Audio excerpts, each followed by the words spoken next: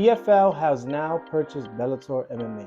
In this video, we're going to sit down, break down the details, and what does that mean for the MMA world.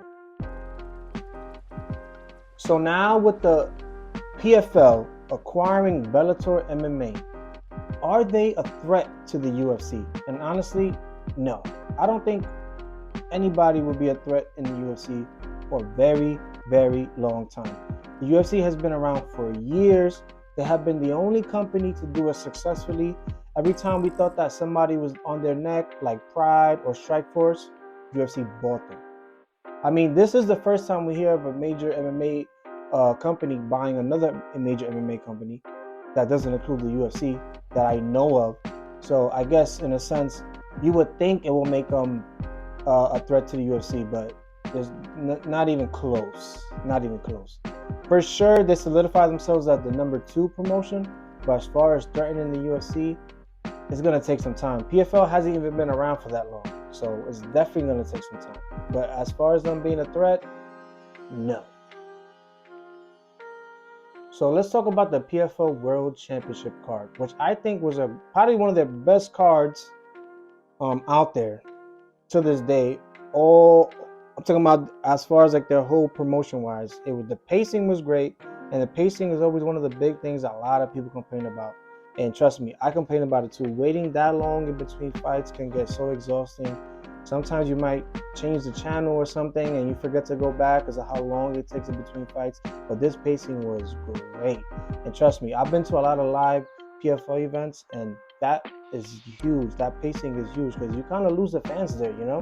And people get restless. Now they don't want to watch anymore, you know? So I think it was great. I also love that they involved the Bellator champions that came.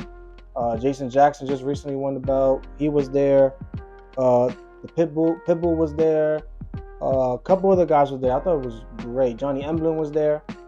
I thought that was great, you know, having them, you know, just showing the Bellator fighters, letting the people know who they are and stuff, you know, getting that good, like, oh yeah, I think that would be great. I think he will beat him.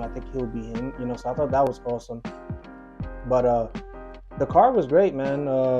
Fights were awesome. I'm still a little on the fence of them having amateur fights. Like, you know, I know he's Muhammad Ali's grandson, and I think that's amazing. But, you know, as far as you want to be, you know, you want to threaten the UFC, you know, the UFC doesn't, you know, promote amateur bouts, you know. I mean, there's some guys that, you know, had their promotional debut, CM Punk, you know, people with names, you know what I'm saying, which is understandable if you want to make that argument. But as far as like an amateur fight, I think they shouldn't do that, you know. Maybe come up with their PFL amateur series, since they like coming up with so many different things. But yeah, the card was great. I loved it.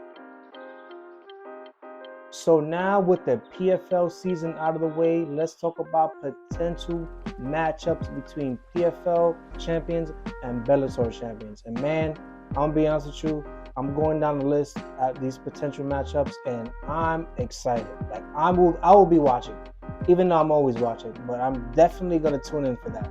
We got a heavyweight. We got Ryan Bader, Renan Ferreira, possibly Francis Ngannou. He could choose any of those two guys, right? At light heavyweight, Vadim Nevkov versus Impa. I know PFL doesn't have a 185-pound division, but maybe Johnny Emblem versus Derek Brunson.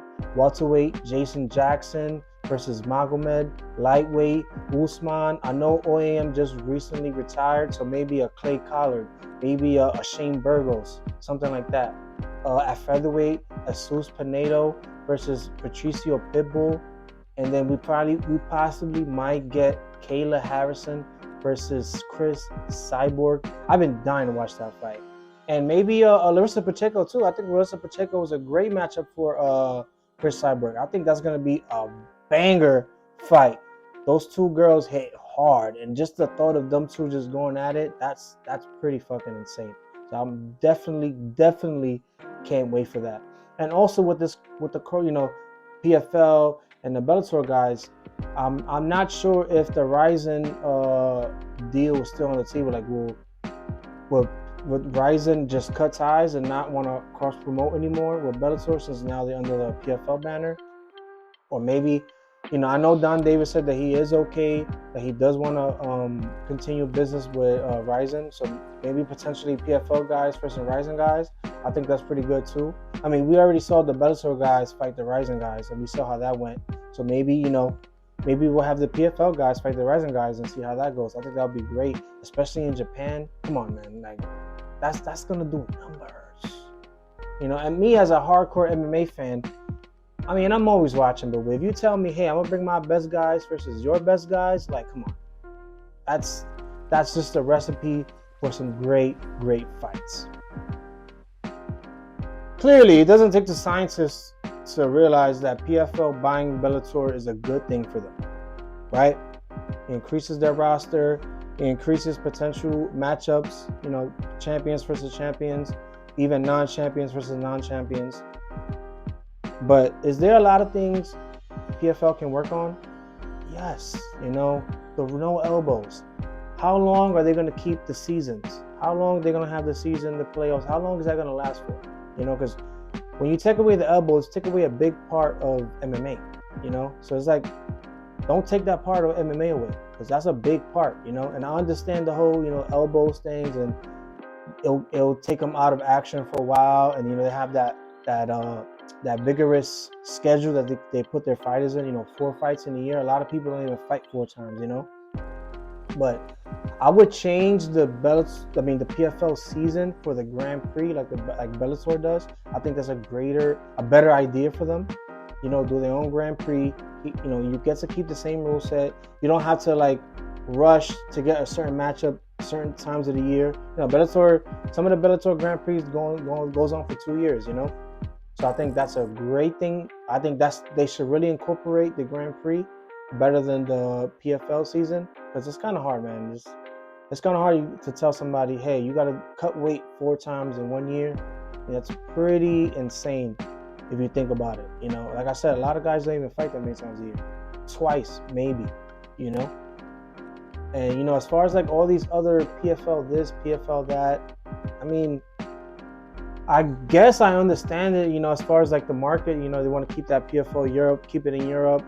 I think they potentially doing the PFL Africa. The PFL, I think they had a PFL's Women's League. You know, I'm iffy on that. I would just say keep them together with the men's, you know, don't separate them. But I like the deal. I think it's going to be great. That potential PFL Bellator card is going to be crazy. And I mean, we'll see down the line. We'll see how it goes. You know, obviously they're not no UFC, so fans, stop comparing them to the UFC. But it's gonna be great.